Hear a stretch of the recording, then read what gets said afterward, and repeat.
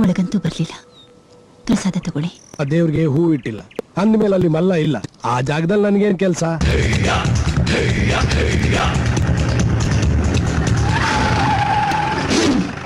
ನಿಂತ್ಕೊಳ್ಳಿ.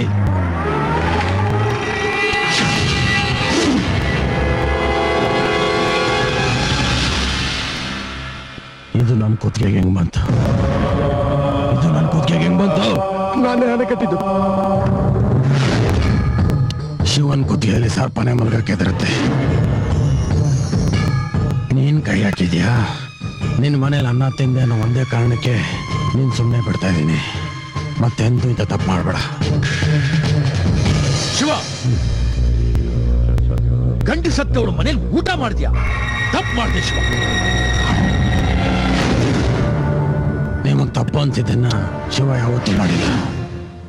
ಶಿವ ಮಾಡಿ ತಪ್ಪು ಅಂತ ನಿಮ್ಗೆ ಯಾವತ್ತೂ ಅನ್ಸಿಲ್ಲ. ಈ ಶಿವ ಮಾಡಿ ತಪ್ಪು ಅಂತ ನಿಮ್ಗೆ ಅನ್ಸಿದ್ರೆ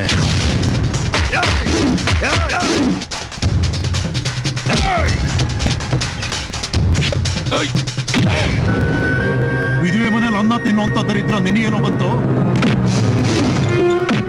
ಉಸಿರು ಕಟ್ತಾ ಇದೀಯಾ? ಅವನ್ ಹೊಡಿತಾ ಇರೋದು ನಿಮ್ಮನೇಲಿ ಊಟ ಮಾಡಿದಕ್ಕಲ್ಲ, ನೀನ್ ಅವನಿಗೆ ಊಟ ಹಾಕಿದ್ದಕ್ಕೆ. ಅವನಿಗೆ ಉಪ್ಪಿನ ಋಣ ಗೊತ್ತೇ ಹೊರತು ರಕ್ತದ ಬೆಲೆ ಗೊತ್ತಿಲ್ಲ. ಅವನು ಊರನ್ನೇ ಎದೆ ಬಗೆಯೋ ನರಸಿಂಹ ಆದ್ರೆ ಅವನು ನಮ್ಮ ಮುಂದೆ ತಲೆ ಬಗ್ಸೋ ಆಳು.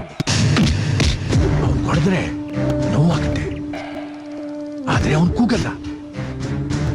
ಇದನ್ನೆಲ್ಲ ನೋಡೋದಕ್ಕಿಂತ ಸಾಯೋದೇ ವಾಸಿ ಅಂತ ನಿಮ್ಗನ್ಸುತ್ತೆ, ಆದ್ರೆ ಆಗಲ್ಲ.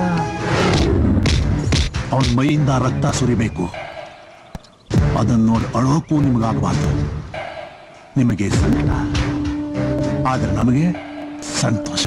ವಿಧವೆ ಬರೀ ಅವ್ರ ಮನೆಗಷ್ಟೇ ಅಲ್ಲ, ಇಡೀ ಊರಿಗೆ ಕಳಂಕ. ಈ ವಿಧವೆ ಮನೆ ಉಪ್ಪು ಅವನು ಮೈಯಿಂದ ಬೆವರ ಇಳಿಯೋರ್ಗು ಬಿಡಬೇಡ. ಕುಂಕುಮ ಇಡೋಕ್ಕೂ ಯೋಗ್ಯತೆ ಇಲ್ದವಳು ನಿನಗ್ ತುತ್ತಿಡೋ ಧೈರ್ಯ ಮಾಡ್ತಾಳ?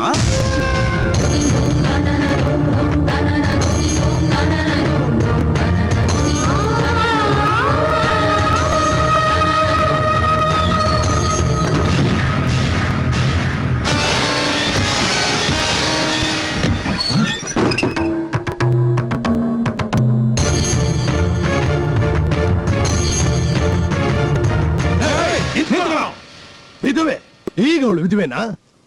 ಮಾತ್ಗೂ ವಿಧವೆ ಗಂಡ್ಸತ್ತೋಳು ಅಂತಿದ್ರಲ್ಲ, ಈಗ ಹೇಳ್ರಲೇ ಆ ಮಾತ್ನ.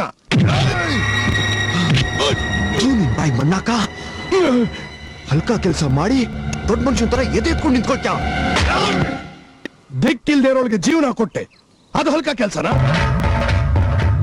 ಎಷ್ಟು ಕೇವಲ ಮಾತಾಡ್ತೀಯೋ? ಅವಳು ಯಾರು ಗೊತ್ತೇನೋ? ಮಲ್ಲರ್ ಹೆಂಡತಿ, ನಿನ್ನ ಸ್ನೇಹಿತ ಮಲ್ಲರ್ ಹೆಂಡತಿ ಕಣ. ಮಲ್ಲನ್ ಹೆಂಡತಿ ಆಗಿದ್ಲು, ಅವನು ಸತ್ತ ಮೇಲೂ ಅವನದೇ ಜಪ ಮಾಡ್ಕೊಂಡು ಕೂತಿರ್ಬೇಕಾ? ನೀವಿರ ಎಷ್ಟೋ ದಿಮಾಕು ನಿನ್ಗೆ. ಕೂಲಿ ಮಾಡೋನು ಕೂಳ ಹಾಕಿದಕ್ಕೆ ಕೈ ಹಿಡಿದವನೇ ಆರ್ಸ್ಬಿಟ್ಯಾ? ಕುಕ್ಕೆ ಕೊಟ್ಟೋಳೆ ಸುಮ್ಮನಿರುವಾಗ ಇದನ್ನ ಕೇಳಕ್ ನೀವ್ಯಾರು? ವಿಧವೆನ ಮದುವೆ ಮಾಡ್ಕೋಬಾರ್ದು ಅಂತ ಯಾವ ಕಾನೂನಲ್ಲೂ ಬರ್ದಿಲ್ಲ. ಯಾವ ಅಧಿಕಾರಿಗೂ ನಮ್ಮನ್ನ ಕೇಳೋ ಅಧಿಕಾರ ಇಲ್ಲ. ನಿನ್ ಮೇಲೆ ನನಗೆ ಅಧಿಕಾರ ಇಲ್ಲದೆ ಇರ್ಬೋದು, ಆದ್ರೆ ಅವಳ ಮೇಲಿದೆ. ಏನ ಅಧಿಕಾರ ಇದೆ? ನಾನು ಅವಳ ಅಣ್ಣ.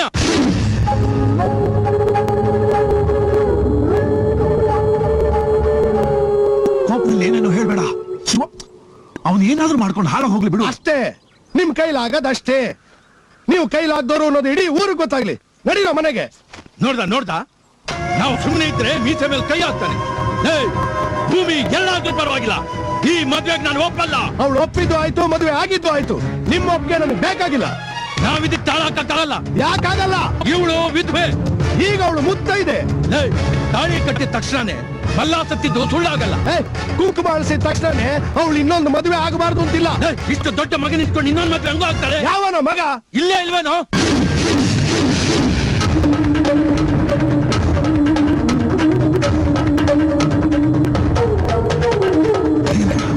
ಶಿವ ಗೊತ್ತಾಗಬಾರ್ದು ಅಂತ ಇಷ್ಟು ವರ್ಷ ಮುಚ್ಚಿಟ್ಟಿದ್ ವಿಷಯನ ನಿನ್ ಕೈಲೇ ಬಾಯ್ ಬಿಡಿಸ್ಬಿಟ್ಟಲ್ಲ.